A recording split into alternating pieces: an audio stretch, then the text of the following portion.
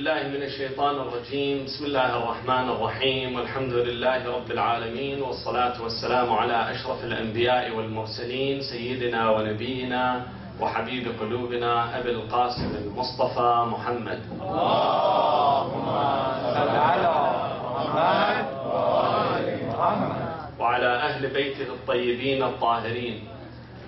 قال تعالى في كتابه الكريم: بسم الله الرحمن الرحيم، أفلا يتدبرون القرآن ولو كان من عند الله لوجدوا فيه اختلافا كثيرا.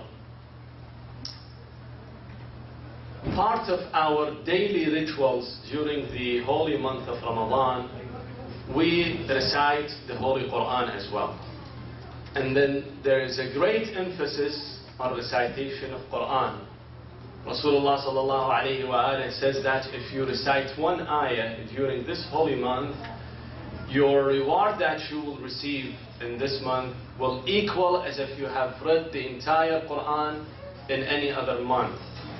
And he says just by looking at Quran, only by looking at Quran, without even reading, it is considered a worship and ibadah.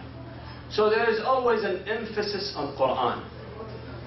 But the problem that when we recite Quran, we take it as a ritual.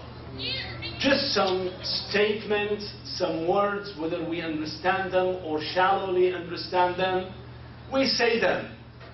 We don't pay attention to the true meanings of the Holy Quran. We don't meditate and comprehend the profound meaning of Quran. Only take it so shallow and recite it. And since we need to benefit from it, we try to speed up in the recitation. We recite very fast, not paying attention to what we are reading. Basically, a ritualistic worship, a ritualistic reading of the Quran. And maybe you have encountered many who would tell you, what's the point of reading the Quran? A book that has been narrated 1400 years ago, that is not compatible with today's life. Today, at the advent of technology and modernism and the age of information and all those new advances that we are getting, why should we really care about recitation of a Quran that has been revealed 1400 years ago? What's the point? It does not have any effect on us anymore. First of all, I don't speak Arabic. It is not my language. I don't know the meanings of it. Why would I waste my time on something that I do not comprehend and understand? And the effect of Quran, a long time has been gone away. And if it had any effect, it should have been to those people who were at the advent of Islam 1400 years ago. At that time, yes, it gave them motivation. They worked hard, they achieved, and they won over the ignorance, Jahiliyin. Eventually those enemies of Islam were a bunch of ignorance. So Quran for them was too much. At that time it was a challenge to them, and eventually Muslims were victorious over them. At that time it accomplished its objective. But nowadays, after so many years, should we go back and recite the same thing? The Quran has exhausted itself. Why? Because no matter how much I read, I don't get any benefit out of it. What's the benefit that I am getting? So the Quran has changed. This is the bottom line. And if you listen to some of those satellite channels who always allude to this kind of thing, what is the... Read Hafiz and Sa'di much better than reading Quran, because those are literatures.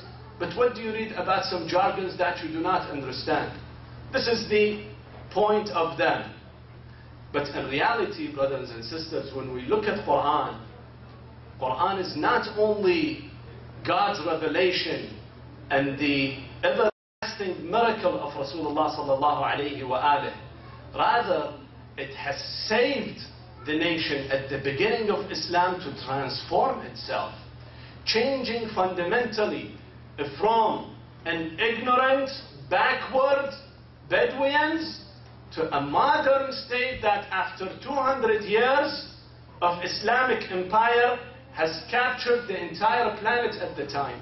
with science, technology, modernism, and inshallah one night toward the end of the month of Ramadan, inshallah we will talk about the Islamic civilization and what has contributed to the world civilization. So it was the force behind those people who have launched this massive progress at the beginning of Islam. Quran has not changed. What has changed? Us. We have changed. It is not Quran. At that time, it used to be an aspiring element in pushing people to be active, hardworking. That's why they have achieved. But unfortunately nowadays, it is not so. Why? Because we have put it behind us.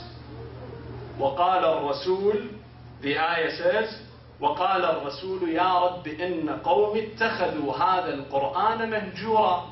On the day of judgment, the Prophet goes to Allah and complains, saying, those people have ignored the book. The book is sitting on the shelves. And even when we recite it shallowly. Only we utilize it for a few things. For example, when we have aqd nikah, then we put a big Quran, mashallah, that big, in the front of the sufra. Or when we make dowry, always we make one jild, katabullah majid. But neither the groom nor the bride read it, just as a blessing. Or when we leave from the home, we have to kiss the Quran and go underneath it. This is how we deal with Quran. Or when somebody's dead, at that time we pay attention that we have a book that we need to go back and recite it. They say one day one lady was passing by her relative's home. All of a sudden she started crying, wailing and beating herself and sat down on the floor. They told her, what's wrong? She said, I think one of my relatives is dead at home.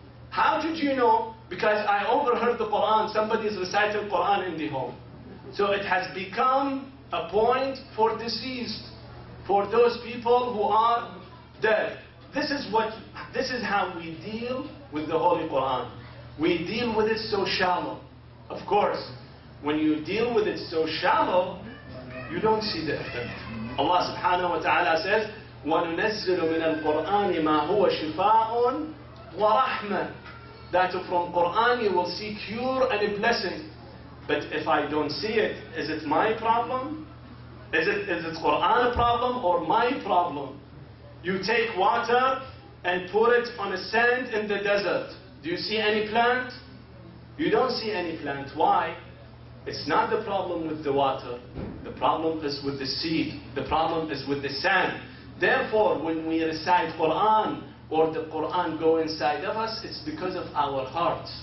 We take it so shallowly. And even those who pay attention to the reading and recitation. Have you gone to Hajj? To Umrah? Have you gone to Masjid al-Nabawi or Masjid al-Haram? Have you seen those parrot-like people who recite the Quran? The Khatib? How beautiful he pays attention to the articulations and the pronunciation. Han, Mim, Ain, Sin, Qaf, getting the letter deep from his intestine, coming out. You see how they say it? Pay attention only to the articulation. But to the true meaning, no, they don't pay attention. They say one day one of them asked the grocery, he told him, do you have asal? He told him, I have asal, but not that thick, you know. It's so simple. So they only concerned about the articulation, the pronunciation. They don't pay attention to the meaning. Rasulullah sallallahu alayhi wa alayhi says, رُبَّ قَارِئٍ لِلْقُرْآنِ وَالْقُرْآنِ يَلْعَنُهُ. He recites Quran, but Quran will curse him. Why? Because he's absent-minded about the articulation. You see, he will stand up in the holy month of Ramadan, right after Isha prayer, for 2 hours, reciting Surah Al-Baqarah, Al-Imran, Al-Nisa, and keeps going like that. Okay? But when it comes to understanding, Allah subhanahu wa ta'ala says, وَلَا